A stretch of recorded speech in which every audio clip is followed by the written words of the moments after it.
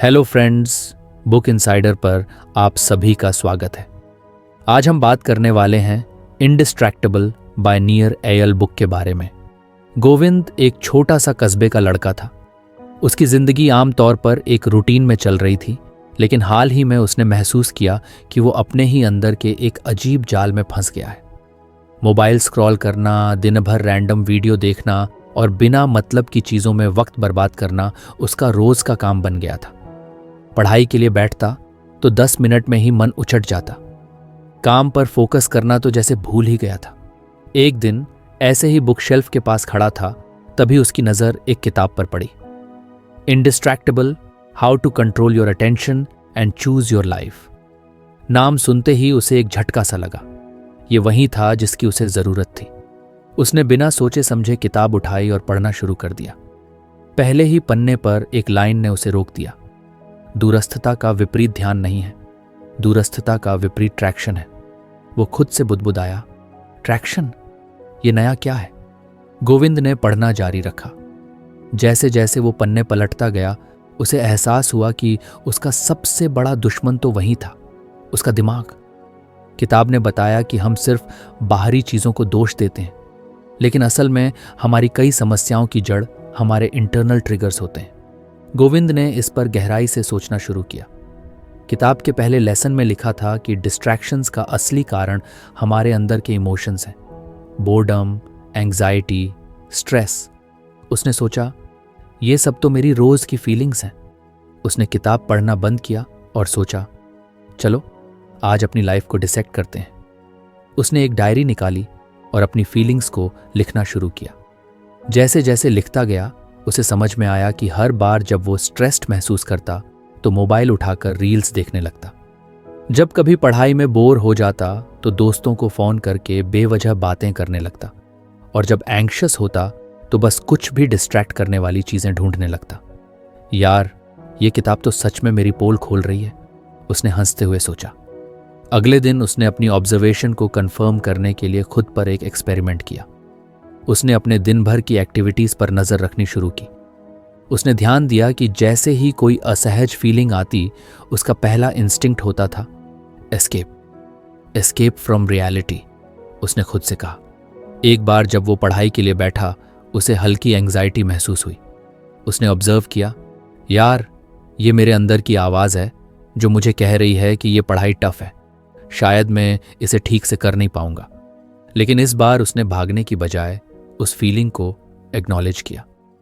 किताब में पढ़ा था कि इंटरनल ट्रिगर्स से लड़ने का तरीका है उन्हें एक्सेप्ट करना और समझना। उसने गहरी सांस ली और खुद से पूछा, गोविंद, तुम अभी क्या महसूस कर रहे हो? उसने धीरे से कहा, शायद मैं एंग्शियस हूं, मुझे लग रहा है कि मैं फेल हो जाऊंगा। फिर उसने सोचा, क्या ये एंग्जाइटी मुझे रोक रही है या मुझे आगे बढ़ने का मोटिवेशन दे सकती है? ये विचार उसके लिए नया था। उसने डिस्ट्रैक्शन की बजाय उस एंग्जाइटी को यूज करना शुरू कर दिया। हर बार जब कोई अनकंफर्टेबल फीलिंग आती तो वो रुक कर उसे ऑब्जर्व करता। एक शाम उसने देखा कि बोर्डम उसकी सबसे बड़ी दुश्मन थी। जब भी बोर होता हूं, मैं डिस्ट्रैक्शंस की तरफ भागता हूं, उसने महसूस किया। उसने बोर्डम को दूर भगाने की बजाय उसे समझने की कोशिश की। उसने सोचा, शायद बोर्डम का मतलब है कि मुझे कुछ मीनिंगफुल करना चाहिए। उस दिन उसने अपनी पुरानी हॉबीज़ की लिस्ट निकाली। उसे पेंटिंग पसंद थी, जो उसने सालों से नहीं की थी। उसने ब्रशेस उठाए और पेंटिंग करने बैठ गया।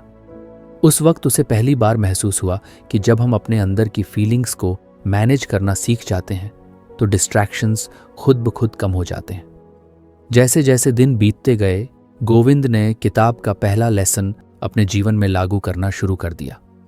उसने जाना कि अवेयरनेस इज द की। हर बार जब वो डिस्ट्रैक्ट होता, वो पॉज लेता और खुद से पूछता, मैं अभी क्या महसूस कर रहा हूं?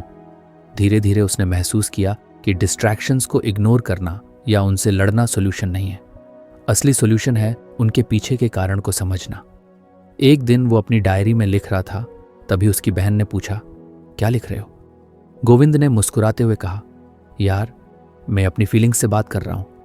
उसकी बहन हंस पड़ी, तू सच में बदल गया है।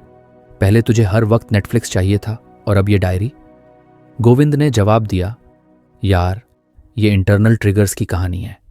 जब समझ में आ गई तो डिस्ट्रैक्शंस की ज़रूरत ही नहीं रही। लेकिन गोविंद जानता था कि ये तो बस शुरुआत थी। किताब के पहले लेसन ने उसे इंट्रोस्पेक्शन की ताकत सिखाई थी, लेकिन उसे अब भी ये जानना था कि इस अवेयरनेस को एक्शन में कैसे बदला जाए। उसने खुद से वादा किया कि वो किताब के अगले चैप्टर्स को भी उतने ही ध्यान से पढ़ेगा और अपनी जिंदगी में लागू करेगा। गोविंद ने किताब का पहला लेसन तो सीख लिया था, अंडरस्टैंड इंटरनल ट्रिगर्स।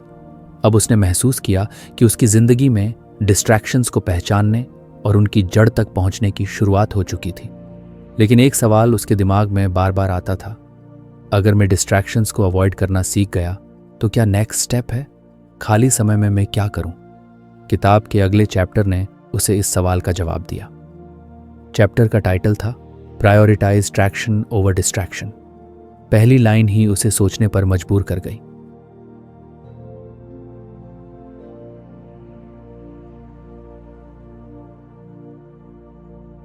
अगर आपको हमारी फ्री समरी अच्छी लगती है तो आप हमारे चैनल को सब्सक्राइब कर सकते हैं, हमारी मेंबरशिप खरीद सकते हैं या हमें यूपीआई के थ्रू सपोर्ट कर सकते हैं। अब समरी पर वापस चलते हैं। Traction is anything that pools you toward your goals and values. Distraction is anything that pools you away from them. Govind को ये लाइन पढ़कर लगा जैसे उसे किसी ने हल्के से झकझोर दिया हो। उसने सोचा, मैंने कभी ये तो सोचा ही नहीं कि मेरी जिंदगी का ट्रैक्शन क्या है, मेरे गोल्स क्या हैं, मेरी वैल्यूज क्या हैं। उसने किताब पढ़ना जारी रखा। उसमें लिखा था कि ट्रैक्शन और डिस्ट्रैक्शन दोनों एक्शन है। फर्क बस इतना है कि एक तुम्हें उस डायरेक्शन में ले जाता है जहां तुम जाना चाहते हो और दूसरा तुम्हें उलटी दिशा में। गोविंद ने खुद से पूछा, लेकिन मैं जाना कहां चाहता हूं? यह सवाल कुछ भारी था। उसने डायरी निकाली और कुछ देर तक ब्लैंक पेज को घूरता रहा। फिर उसने खुद से सवाल किया, मुझे इस जिंदगी में क्या चाहिए? जवाब आसान नहीं था, लेकिन उसने धीरे धीरे लिखना शुरू किया। उसने अपने छोटे छोटे गोल्स लिखे, जैसे एग्जाम में अच्छा परफॉर्म करना, अपनी फिटनेस इंप्रूव करना और अपनी क्रिएटिव हॉबीज को फिर से जिंदा करना। अगले दिन गोविंद ने किताब में आगे पढ़ा कि ट्रैक्शन को अचीव करने का सबसे जरूरी तरीका है टाइम मैनेजमेंट। अगर तुम्हारा समय तुम्हारे कंट्रोल में नहीं है तो तुम कभी ट्रैक्शन नहीं पा सकते। उसने सोचा, शायद यही मेरी सबसे बड़ी प्रॉब्लम है। मेरा टाइम तो हमेशा मुझे कंट्रोल करता है, मैं उसे नहीं।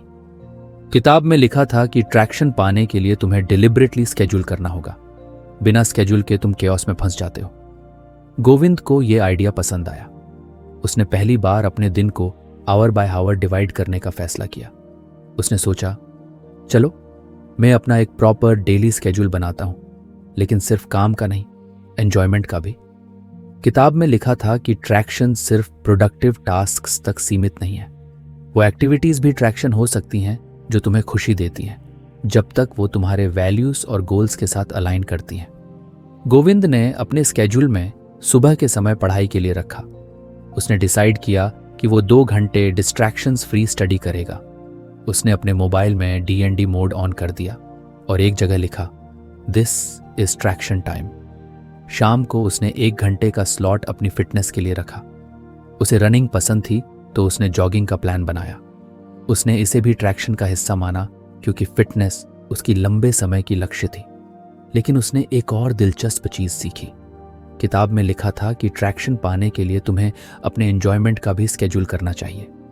उसने सोचा, यार मैं तो गिल्ट में जी रहा हूं। जब भी नेटफ्लिक्स देखता हूं लगता है कि टाइम वेस्ट कर रहा हूं। शायद इसीलिए मैं कभी फुली एंजॉय नहीं कर पाता। उसने डिसाइड किया कि वो हर रात 1 घंटे का नेटफ्लिक्स टाइम भी स्केड्यूल करेगा, लेकिन इस बार गिल्ट फ्री, क्योंकि ये अब डिस्ट्रैक्शन नहीं, ट्रैक्शन था, उसका कॉन्शियसली चोजन एक्टिविटी। पहला दिन स्केड्यूल के हिसाब से चलाना कुछ मुश्किल था। जब पढ़ाई का टाइम आया तो डिस्ट्रैक्शंस ने फिर से अपना सर उठाया। उसने बार बार फोन चेक करने की कोशिश की, लेकिन खुद को रिमाइंड किया, गोविंद ये ट्रैक्शन का टाइम है, तुम्हें अपने गोल्स के लिए काम करना है। शाम को जब रनिंग के लिए निकला तो उसने महसूस किया कि ये रूटीन उसे कितना अच्छा महसूस करा रहा है। उसने सोचा, यार ट्रैक्शन का कॉन्सेप्ट सच में कमाल का है। जब तुम्हारा हर एक्शन तुम्हारे गोल्स और वैल्यूज से जुड़ा होता है तो सब कुछ मीनिंगफुल लगता है। रात को जब नेटफ्लिक्स टाइम आया तो उसने गिल्ट के बिना एक एपिसोड देखा। ये पहली बार था जब उसने किसी एक्टिविटी को एंजॉय किया बिना ये सोचे कि उसका टाइम वेस्ट हो रहा है। जैसे जैसे दिन बीतते गए, गोविंद का स्केड्यूल उसकी आदत बनने लगा। उसने अपने डिस्ट्रैक्शंस को रिप्लेस करना सीख लिया था। लेकिन सबसे बड़ी बात यह थी कि उसने समझ लिया था कि ट्रैक्शन का मतलब सिर्फ काम नहीं है। ट्रैक्शन का मतलब है वो सब करना जो तुम्हें एक बेहतर इंसान बनाता है, चाहे वो पढ़ाई हो, फिटनेस हो या कुछ सा आराम। एक दिन उसने अपने दोस्त अमित को अपने स्केड्यूल के बारे में बताया। अमित ने हंसते हुए कहा, यार ये सब बहुत बोरिंग लगता है, मैं तो बस चिल करना चाहता हूं। गोविंद ने मुस्कुराकर जवाब दिया, यार चिल करना भी ट्रैक्शन हो सकता है अगर तुम उसे कॉन्शियसली चूज करो। बस फर्क इतना है कि वो तुम्हें अपनी प्रायोरिटीज से दूर न ले जाए। अमित को यह बात कुछ समझ में आई, लेकिन उसने कहा, तो क्या मैं अपने सारे मजे छोड़ दूं? गोविंद ने समझाया, नहीं यार, मजा लो, लेकिन उसे प्लान करो। अनप्लान्ड मजा अक्सर डिस्ट्रैक्शन बन जाता है। धीरे धीरे गोविंद ने ट्रैक्शन और डिस्ट्रैक्शन के बीच का फर्क अपनी जिंदगी में पूरी तरह लागू कर लिया। वो अब अपने हर दिन के एंड में रिफ्लेक्ट करता था कि उसने कितना ट्रैक्शन क्रिएट किया और कितनी बार डिस्ट्रैक्शन में फंसा। एक बार जब वो अपने स्केड्यूल को रिव्यू कर रहा था, उसने एक नया गोल जोड़ा, राइटिंग। उसने सोचा, मैं हमेशा से लिखना चाहता था लेकिन कभी टाइम नहीं निकाला, शायद अब ये ट्रैक्शन का हिस्सा हो सकता है। उसने राइटिंग के लिए 1 घंटे का स्लॉट रखा और अपने क्रिएटिव आइडियाज को एक्सप्लोर करना शुरू कर दिया। गोविंद अब अपनी जिंदगी में ट्रैक्शन का मीनिंग समझ चुका था। उसे एहसास हुआ कि जब तुम्हारा हर एक्शन तुम्हारी प्रायोरिटीज से अलाइन होता है तो तुम न सिर्फ अपने गोल्स तक पहुंचते हो बल्कि जिंदगी को भी बेहतर तरीके से एंजॉय करते हो। गोविंद अब ट्रैक्शन और डिस्ट्रैक्शन के बीच का फर्क समझ चुका था। उसने अपनी प्रायोरिटीज को अलाइन करना सीख लिया था और उसका स्केड्यूल काफी ऑर्गेनाइज्ड हो गया था।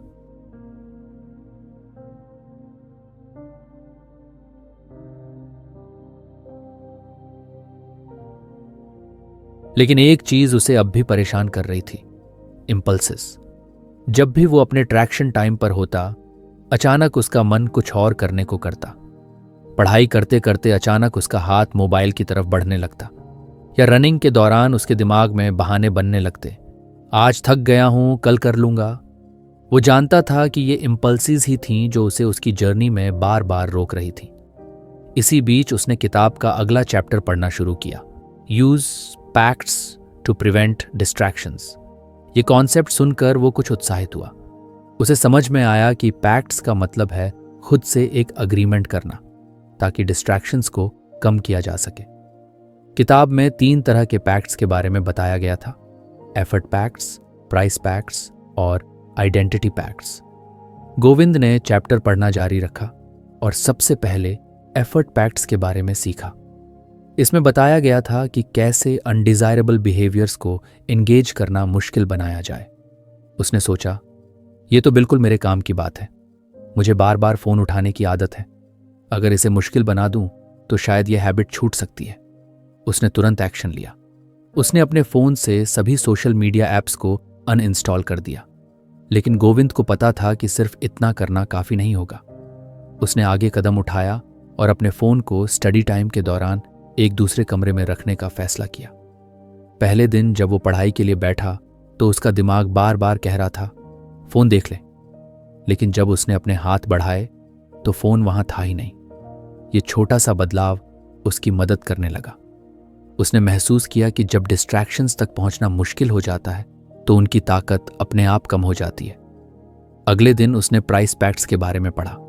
ये कॉन्सेप्ट सुनकर वो कुछ स्केप्टिकल था। इसमें लिखा था कि फाइनेंशियल स्टेक्स इन्वॉल्व करके गोल्स को अचीव करना आसान हो सकता है। उसने सोचा, यार पैसे का दांव लगाना कुछ रिस्की लगता है, लेकिन शायद मुझे एक बार ट्राई करना चाहिए। उसने अपने दोस्त अमित को इन्वॉल्व किया। गोविंद ने अमित से कहा, देख ये मेरा प्लान है, अगर मैं इस हफ्ते अपनी स्केड्यूल को प्रॉपरली फॉलो नहीं करता तो मैं तुझे 500 रुपये दूंगा। अमित हंसते हुए बोला, भाई मुझे तो फ्री के पैसे मिलने वाले हैं, मैं वेट कर रहा हूं तेरी हार का। गोविंद ने इसे चैलेंज की तरह लिया। पहले दिन जब वो रनिंग के लिए जाने से हिचकिचा रहा था तो उसने तुरंत खुद से कहा, गोविंद अगर आज नहीं गया तो 500 रुपये एमिट को देने पड़ेंगे। ये ख्याल ही उसे जूते पहनकर बाहर निकाल लाया। हफ्ते के अंत में उसने महसूस किया कि प्राइस पैक्ट सच में काम कर रहा था। उस छोटे से फाइनेंशियल स्टेक ने उसे अकाउंटेबल बना दिया था। और सबसे बड़ी बात यह थी कि उसने अपनी हैबिट्स को लेकर सीरियस फील करना शुरू कर दिया था। अब गोविंद ने चैप्टर का तीसरा हिस्सा पढ़ा, आइडेंटिटी पैक्ट्स। ये कॉन्सेप्ट सबसे ज़्यादा पावरफुल लगा। इसमें लिखा था कि जब तुम अपनी आइडेंटिटी को अपने डिज़ायर्ड बिहेवियर के साथ अलाइन करते हो तो डिस्ट्रैक्शन से लड़ना आसान हो जाता है। किताब में एक एग्जाम्पल था, call yourself indistractable and you'll start acting like one. Govind ने सोचा, वाह ये तो इंटरेस्टिंग है। अगर मैं खुद को इंडिस्ट्रैक्टेबल मानने लगूं तो शायद मेरा सबकॉन्शियस माइंड भी मुझे सपोर्ट करेगा। उसने इस कॉन्सेप्ट को अपने डेली एफर्मेशंस का हिस्सा बना लिया।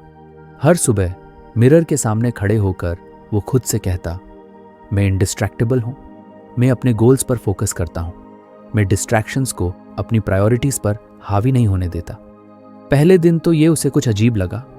उसने खुद से हंसते हुए कहा, यार मैं क्या कर रहा हूँ। लेकिन धीरे धीरे ये अफर्मेशंस उसकी आइडेंटिटी का हिस्सा बनने लगे। जब भी उसका मन भटकता वो खुद से कहता, गोविंद तुम इनडिस्ट्रैक्टेबल हो, ये तुम्हारी पहचान है।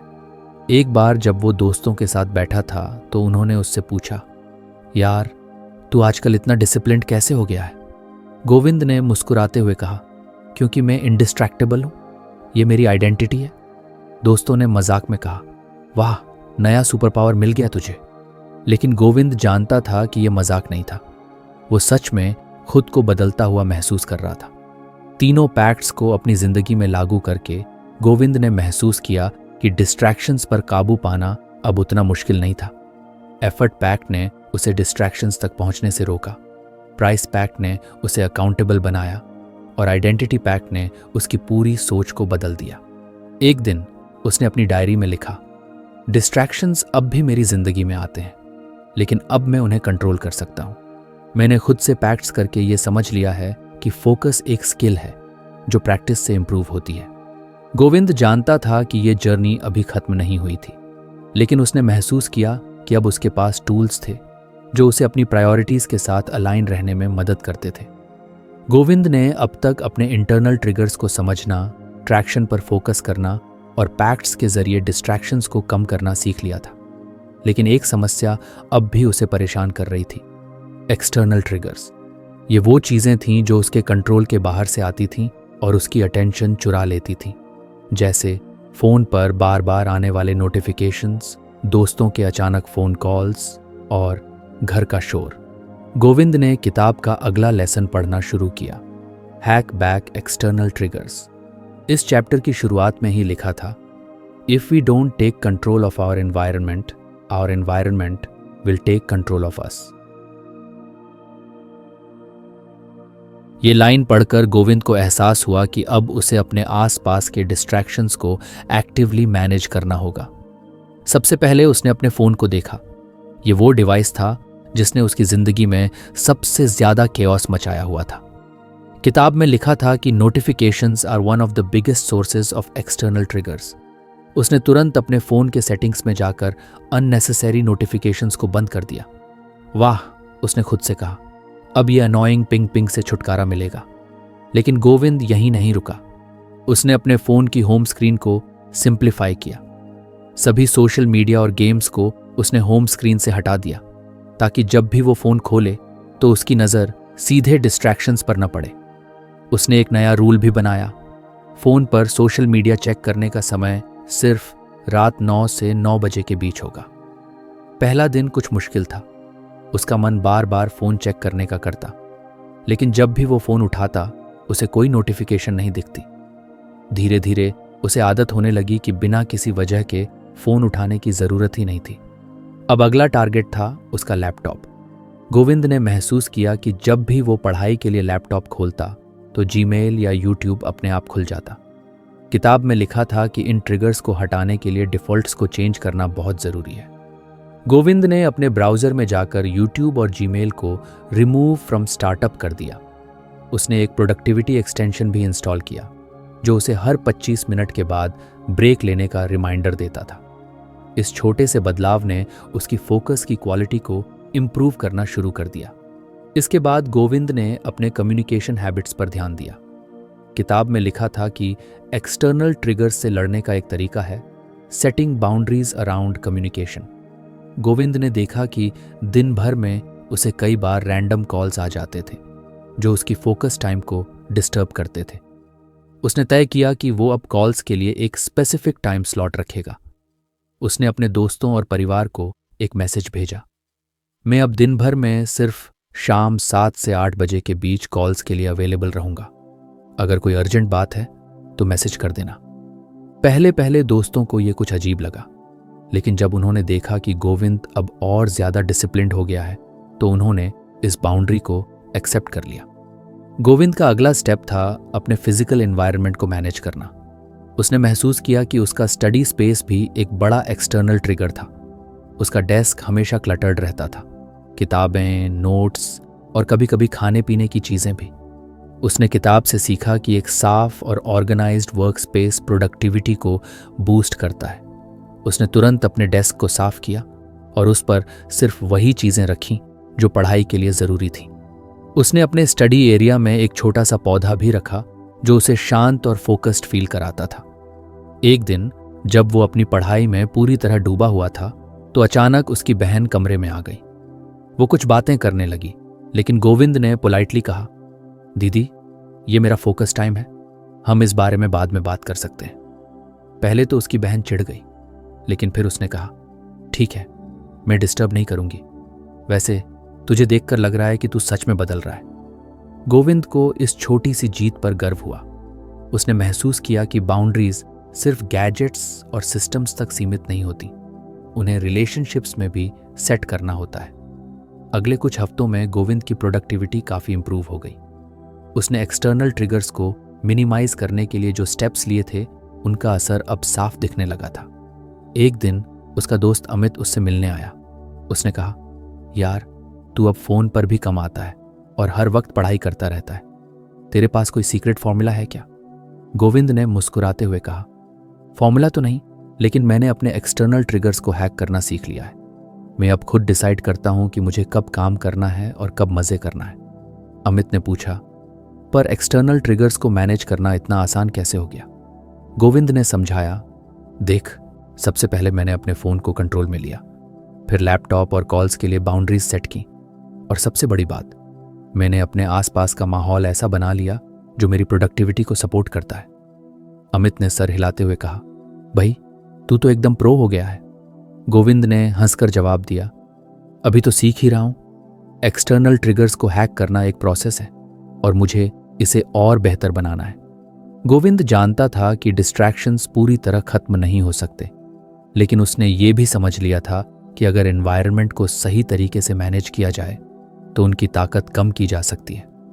गोविंद अब डिस्ट्रैक्शन से लड़ने और प्रोडक्टिविटी बढ़ाने के कई तरीके सीख चुका था। उसने अपने इंटरनल ट्रिगर्स को समझा, ट्रैक्शन और पैक्ट्स का महत्व सीखा और एक्सटर्नल ट्रिगर्स को मैनेज करना शुरू कर दिया था। लेकिन एक चीज थी जो उसे बार बार परेशान करती थी, उसके सेटबैक्स। जब भी वो अपने गोल्स को पूरी तरह से अचीव नहीं कर पाता या किसी दिन उसके डिस्ट्रैक्शंस उस पर हावी हो जाते तो वो खुद को हारा हुआ महसूस करता। उसे लगता, मैंने इतनी मेहनत की, फिर भी ये डिस्ट्रैक्शंस मेरे ऊपर जीत गए, शायद मैं कभी पूरी तरह से डिसिप्लिन्ड नहीं हो पाऊंगा। इसी बीच उसने किताब का अगला लेसन पढ़ा, एम्ब्रेस अ ग्रोथ माइंडसेट। पहली लाइन ने ही उसे सोचने पर मजबूर कर दिया। Setbacks aren't failures, they're opportunities to learn and grow. उसने अपने अंदर चल रही सारी फ्रस्ट्रेशन को एक तरफ रखा और इस चैप्टर को ध्यान से पढ़ना शुरू किया। इसमें लिखा था कि ग्रोथ माइंडसेट का मतलब है हर चैलेंज को एक लर्निंग एक्सपीरियंस के तौर पर देखना, हार और असफलता को अपनी आइडेंटिटी का हिस्सा मानने के बजाय उन्हें सुधार का मौका समझना। पहली बार गोविंद को यह समझ में आया कि सेटबैक्स का मतलब हार नहीं होती, वो तो बस एक रास्ता दिखाते हैं कि हमें अगली बार क्या अलग करना है। उसने खुद से वादा किया कि अब वो अपनी असफलताओं को नेगेटिविटी से नहीं, क्यूरियोसिटी से देखेगा। अगले दिन गोविंद ने अपने दिन की शुरुआत एक नए माइंडसेट के साथ की। उसने खुद से कहा, आज अगर मैं डिस्ट्रैक्टेड हुआ तो मैं ये देखने की कोशिश करूंगा कि ऐसा क्यों हुआ, न कि खुद को ब्लेम करूंगा। उस दिन जब वो पढ़ाई कर रहा था, अचानक उसका मन कहीं और भटकने लगा। वो कुछ देर के लिए फोन उठाकर सोशल मीडिया स्क्रॉल करने लगा। 10 मिनट बाद उसने खुद को संभाला और वापस पढ़ाई पर लौट आया। पहले के मुकाबले इस बार उसने खुद को दोषी महसूस नहीं किया। उसने खुद से कहा, ठीक है, यह सेटबैक था, लेकिन अब मैं सोचता हूं कि ऐसा क्यों हुआ। शायद मुझे ब्रेक लेने की जरूरत थी। अगली बार मैं अपनी स्केड्यूल में ब्रेक को प्रॉपरली प्लान करूंगा। ये छोटी सी सोच में बदलाव उसके लिए एक बड़ा ब्रेक थ्रू था। उसने महसूस किया कि जब सेटबैक्स को लर्निंग के पर्सपेक्टिव से देखा जाए तो वो फेलियर्स नहीं बल्कि अपॉर्चुनिटीज बन जाते हैं। गोविंद ने किताब में पढ़ा कि ग्रोथ माइंडसेट का एक और महत्वपूर्ण पहलू है इंक्रीमेंटल प्रोग्रेस पर फोकस करना। इसमें लिखा था कि बड़े गोल्स को लेकर ओवरवेल्म होने के बजाय छोटे छोटे स्टेप्स पर ध्यान देना चाहिए। उसने अपनी डायरी में लिखा, मैं हर दिन बस 1% बेटर बनने की कोशिश करूंगा।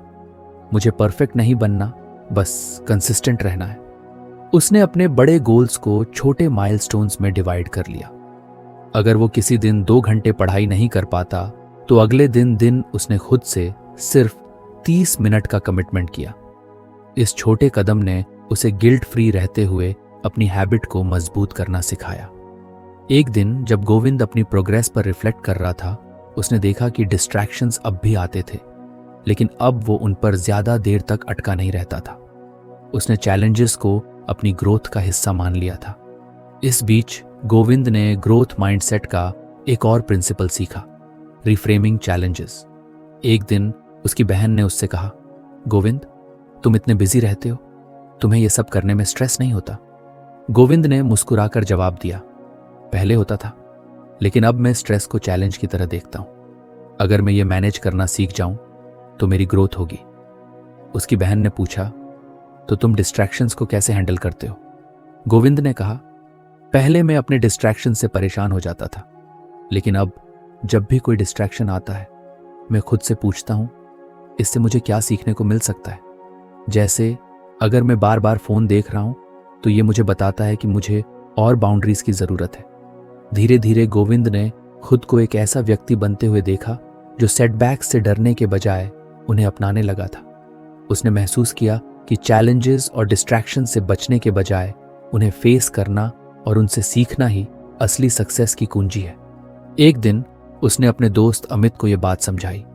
अमित ने कहा, यार, ये सब सुनने में अच्छा लगता है, लेकिन प्रैक्टिकली करना बहुत मुश्किल है। जब मैं फेल होता हूं तो डिमोटिवेशन इतना ज्यादा हो जाता है कि कुछ भी करने का मन नहीं करता। गोविंद ने मुस्कुराते हुए जवाब दिया, यही तो फर्क है फिक्स्ड माइंडसेट और ग्रोथ माइंडसेट में। फिक्स्ड माइंडसेट कहता है कि फेलियर तुम्हारी आइडेंटिटी है, लेकिन ग्रोथ माइंडसेट कहता है कि फेलियर तुम्हारे सीखने का मौका है। बस सोच का फर्क है। अमित ने पूछा, तो मैं कैसे स्टार्ट करूं? गोविंद ने उसे सलाह दी, छोटे छोटे गोल्स सेट करो। हर सेटबैक के बाद खुद से पूछो, मैं इससे क्या सीख सकता हूं? और सबसे बड़ी बात, खुद से हार्श मत बनो। Progress takes time. उस दिन के बाद गोविंद ने हर सेटबैक को सेलिब्रेट करना शुरू कर दिया। उसने महसूस किया कि जब हम सेटबैक्स को ग्रोथ अपॉर्चुनिटीज की तरह देखते हैं तो हमारी रेजिलियंस बढ़ती है। एक दिन जब वो अपनी डायरी में लिख रहा था, उसने नोट किया, setbacks are not roadblocks, they are stepping stones. हर बार जब मैं गिरता हूं मैं कुछ और मजबूत बनता हूं। गोविंद जानता था कि ग्रोथ माइंडसेट एक जर्नी है, न कि कोई डेस्टिनेशन। उसने अपनी जिंदगी के हर एस्पेक्ट में इस माइंडसेट को अप्लाई करना शुरू कर दिया। अब डिस्ट्रैक्शंस उसे परेशान नहीं करते थे, वो उन्हें अपनी ग्रोथ का हिस्सा मानता था। गोविंद ने अपनी यात्रा के हर चरण में एक नई सीख हासिल की थी। उसने डिस्ट्रैक्शंस के खिलाफ लड़ाई में छोटे छोटे कदमों से खुद को मजबूत बनाया था। चाहे इंटरनल ट्रिगर्स हों, ट्रैक्शन और पैक्ट्स की ताकत हो, एक्सटर्नल ट्रिगर्स को नियंत्रित करना हो या सेटबैक्स को एक ग्रोथ माइंडसेट के साथ एम्ब्रेस करना, हर सबक ने उसे एक नया इंसान बना दिया था। एक दिन गोविंद अपनी डायरी के पन्ने पलटते हुए अपनी जर्नी पर रिफ्लेक्ट कर रहा था। उसने देखा कि कैसे वो एक ऐसा इंसान था जो हर छोटी छोटी डिस्ट्रैक्शन पर हार मान लेता था, और आज वो एक डिसिप्लिन्ड, फोकस्ड और रेजिलिएंट व्यक्ति बन गया था। उसे याद आया कि शुरुआत में उसने डिस्ट्रैक्शंस को एक दुश्मन की तरह देखा था, लेकिन अब उसने समझ लिया था कि डिस्ट्रैक्शंस असल में हमें खुद को बेहतर समझने और सुधारने का मौका देते हैं। उसने लिखा, डिस्ट्रैक्शंस ने मुझे सिखाया है कि असली ताकत उन्हें दूर करने में नहीं, बल्कि उनके होने के बावजूद अपनी प्रायोरिटीज पर टिके रहने में है। गोविंद की जर्नी का सबसे बड़ा टर्निंग पॉइंट तब आया जब उसने अपने जीवन के बड़े गोल्स को दोबारा डिफाइन किया। उसने महसूस किया कि प्रोडक्टिविटी सिर्फ काम करने या गोल्स हासिल करने का तरीका नहीं है, बल्कि ये अपने समय और ऊर्जा को उन चीज़ों में लगाने का जरिया है जो सच में मायने रखती हैं। उसने अपने गोल्स की एक नई सूची बनाई। 1. खुद को लगातार बेहतर बनाना। 2. अपने परिवार और दोस्तों के साथ मीनिंगफुल समय बिताना। 3. अपने पैशन प्रोजेक्ट्स पर काम करना। 4. मानसिक शांति और खुशी को प्राथमिकता देना। गोविंद ने अपनी नई स्केड्यूल बनाई। उसने न केवल काम और पढ़ाई के लिए समय निर्धारित किया, बल्कि सेल्फ केयर, हॉबीज और रिलेशनशिप्स के लिए भी जगह बनाई।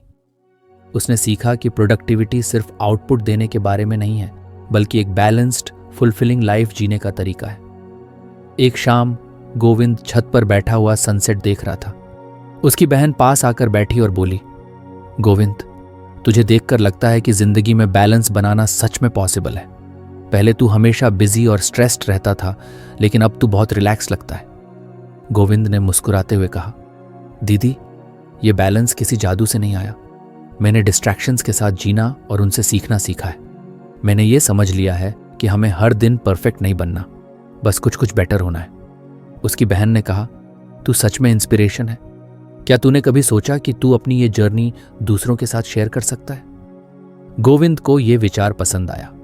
उसने तय किया कि वो अपनी कहानी और सीखी गई चीज़ों को एक ब्लॉग के माध्यम से दुनिया के साथ शेयर करेगा। उसने महसूस किया कि अगर उसकी जर्नी किसी और की मदद कर सके तो ये उसकी सबसे बड़ी जीत होगी। अगले दिन गोविंद ने अपना पहला ब्लॉग लिखा। उसने उसमें अपने स्ट्रगल्स, सीखे गए लेसन्स और प्रैक्टिकल टिप्स के बारे में लिखा। उसने लिखा, डिस्ट्रैक्शंस को हराना कोई एक दिन की लड़ाई नहीं है। ये एक जर्नी है जहां हर सेटबैक आपको मजबूत बनाता है। अगर आप खुद को डिसिप्लिन्ड, फोकस्ड और रेजिलिएंट बनाना चाहते हैं तो पहला कदम यह है कि आप खुद पर भरोसा करें और हर दिन बस 1% बेटर बनने की कोशिश करें।